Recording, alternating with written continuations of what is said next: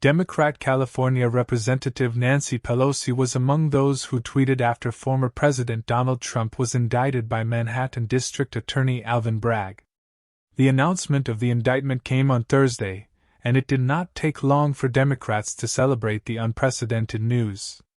But it was Pelosi's comments that were likened by some to being reminiscent of Joseph Stalin and the former Soviet Union. The grand jury has acted upon the facts and the law. No one is above the law, and everyone has the right to a trial to prove innocence. Hopefully, the former president will peacefully respect the system, which grants him that right, the former speaker said. But in the United States, no one is required to prove their innocence. And that got her a fact check from Twitter readers who added context.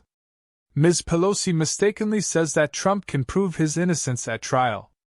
Law in the U.S. assumes the innocence of a defendant, and the prosecution must prove guilt for a conviction, the note said. A presumption of innocence means that any defendant in a criminal trial is assumed to be innocent until they have been proven guilty. As such, a prosecutor is required to prove beyond a reasonable doubt that the person committed the crime if that person is to be convicted. To do so, proof must be shown for every single element of a crime, Cornell University Law School said.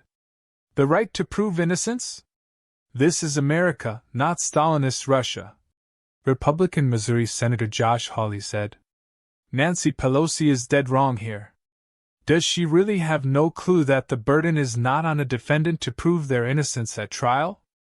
Lee Zeldin, former Republican candidate for governor of New York, said. Wrong. So obviously wrong.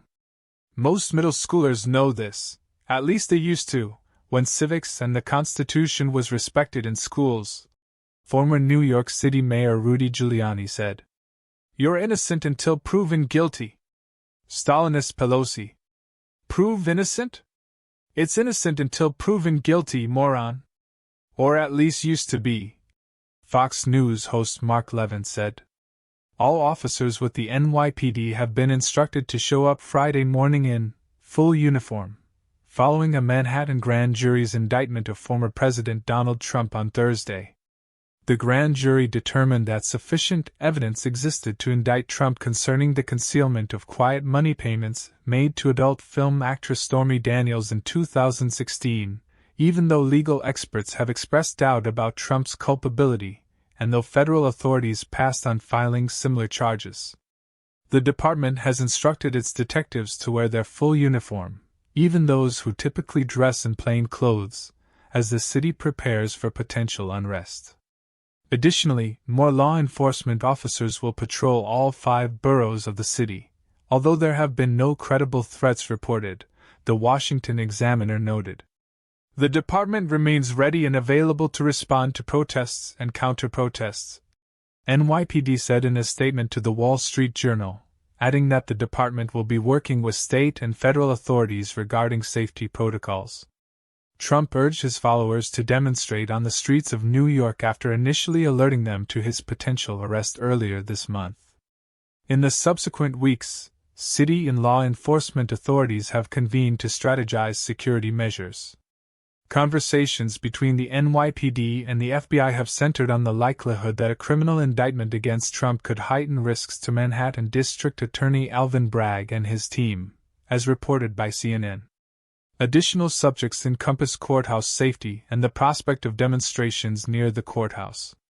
A barrier had been previously set up around the New York courthouse where a grand jury devoted months to hearing testimonies related to the Daniels inquiry. The police department said it will respect the public's First Amendment rights but won't tolerate property damage or violence, the Examiner added. Trump was indicted late Thursday afternoon, according to previous reports, but it came after some believed he would not be indicted this month. The break would push any indictment of the former president to late April at the earliest, although it is possible that the grand jury's schedule could change. In recent weeks, the Manhattan District Attorney's Office hasn't convened the panel on certain days.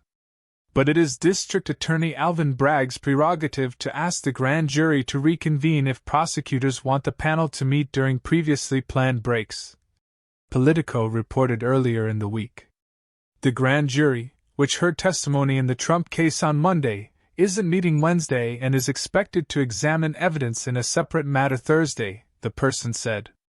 The grand jury, which typically meets Mondays, Wednesdays, and Thursdays, is scheduled to consider another case next week on Monday and Wednesday, the person said, and isn't expected to meet Thursday due to the Passover holiday.